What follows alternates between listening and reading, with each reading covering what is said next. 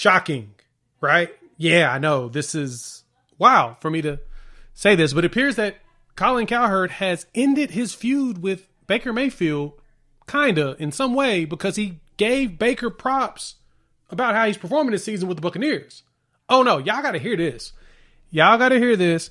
We're gonna talk about Colin Cowherd once again changing his tone on something in regards to Oklahoma. Let's dive into that. But before we do that, welcome to Unfair Sports. I'm your host, Jay. Thank y'all for pulling up to the channel. Let's dive into Colin Cowherd's latest show, where he actually gave props to Baker Mayfield on what they're doing there at Tampa Bay.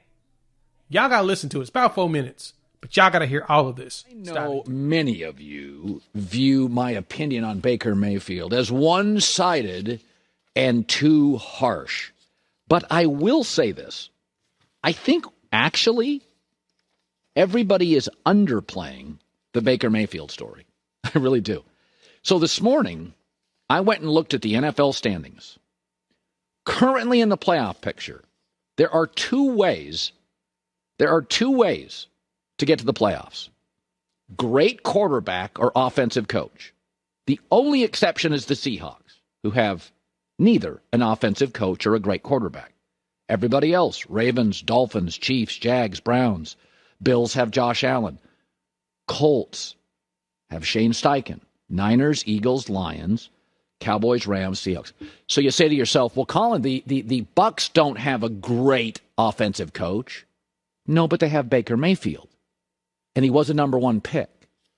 And if Baker Mayfield wins this division, he's going to get an AFC team to the playoffs and an NFC team winning a division to the playoffs. Russell Wilson couldn't do that. And he may have just started his last game for the Broncos in the AFC. This story's underplayed. And Baker's done it with Cleveland, mostly a laughingstock. Let's be honest, Cleveland, mostly a laughingstock for 30 years. And Tampa, which pre-Tom Brady had not won a playoff game in 17 years. 17. This year, not Cleveland. This is validating Baker Mayfield.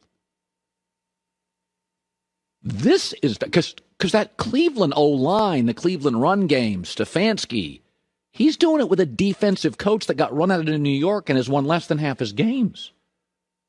Yeah, I know the division's not great, but I didn't hold that against Trevor Lawrence last year when he won his division, the AFC South. So why should I hold it against Baker Mayfield? Now, you know I like Trevor Lawrence as a talent more than Baker, but that's not fair as a sportscaster. I didn't hold it against Trevor Lawrence. I can't hold that against Baker. His division's bad. You still got to win games. He's doing it with a defensive coach in 2023 with a sub-500 record. Baker deserves more credit than he's getting. This is a great story.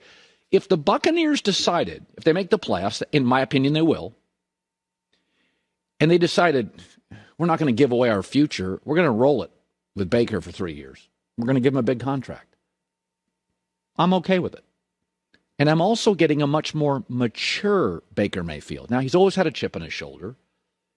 But like a lot of young people, it took being humbled for him to go, wow, I got to look in the mirror a little bit. Kind of screwed that up. And I think Baker's a smart guy. I've always felt he's smart. He's funny. He'd be a great broadcaster. He'd be a great, in our space, Baker'd be a home run. He would be a great, great analyst. He's very quick, very bright. I've been told on a whiteboard he's brilliant. And now I get more maturity. I'm not saying he's Brady mature.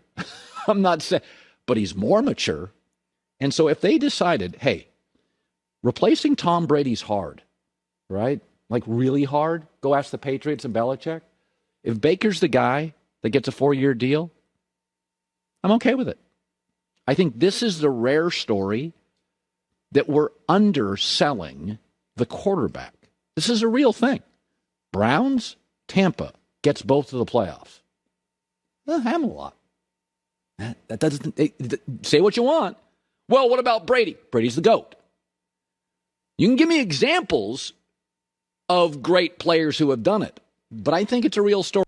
So yeah, that is Colin giving props to Baker and what they're doing there at Tampa, because he's right.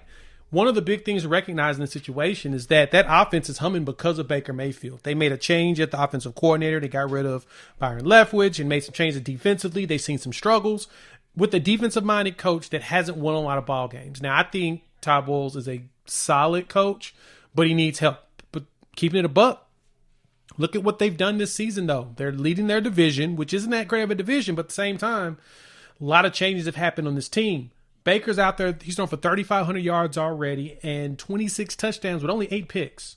Pretty good statistically with a 96 passer rating.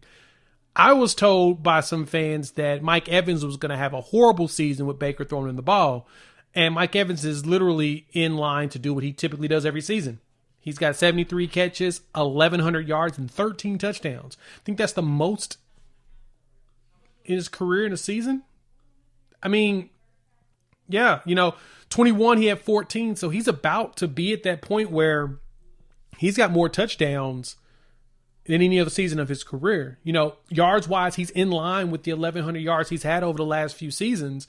I mean, in that year, in 21, where he had 14 touchdowns, he only had 1,000 yards receiving in that game in 16 games. And so in this one, if Baker gets him 2 more touchdowns, in which that's what the focus, it seems like, is he's gotten Mike Evans touchdowns, just get him in the end zone on a more regular basis. Dog, he's going to have another great year. He's up there in average at 15.9, which is his best in the last 4 seasons, right? This is back to the Jameis years of the numbers that Mike Evans was putting up.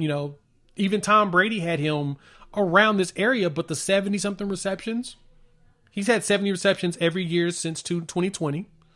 And like I said, the yards there, 1,100 yards, about on average. So Baker has done nothing but, play the same. And I love that Colin pointed out how Baker got them, is on the verge of getting the Bucs to the playoffs, just like he did for the Browns. Who else can say that they got the Browns to the playoffs?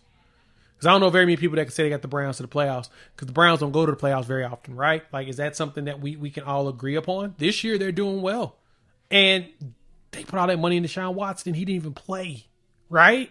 So the blaming of Baker for all the stuff that went down there, yeah, Baker probably shouldn't have played with the torn labrum, messed up shoulder and everything, but, he tried to will his team there. But he did at the beginning of his career, and he put up the numbers. So I love seeing when Colin has to backpedal. I always like talking about it on here because I know y'all like to rip into him, but he's recognized that Oklahoma is much different than he expected, and they're actually on a better trajectory than USC. He's admitted to that. He's slowly getting off the USC train because he's not really feeling what Lincoln's doing there. And I'll give him mad props that he always comes back and talks about where Colin was wrong. He admits to it. So y'all tell me what y'all think. Hop in the comments. Let me know your thoughts. How y'all feel about Colin and his abrupt turn in the support of Oklahoma and what Baker Mayfield is doing. Because, look, I'm a Buccaneers fan. That's my NFL team. He's making me happy this season because we needed something.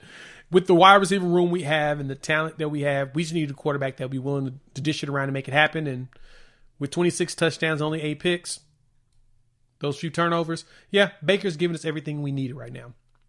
Made it this far, like the content, hit the like button. New to the channel, subscribe. We talk a lot of, OU football, college football in general. Have a good time. And, maybe we'll spread to NFL and talk about our Sooners in the NFL and a little bit of that later. But as of right now, come in, love, hit that like button, join the family, and we'll dive more into the Alamo Bowl. That's later on tonight, and talk. We'll ball from there. Talk soon. Peace.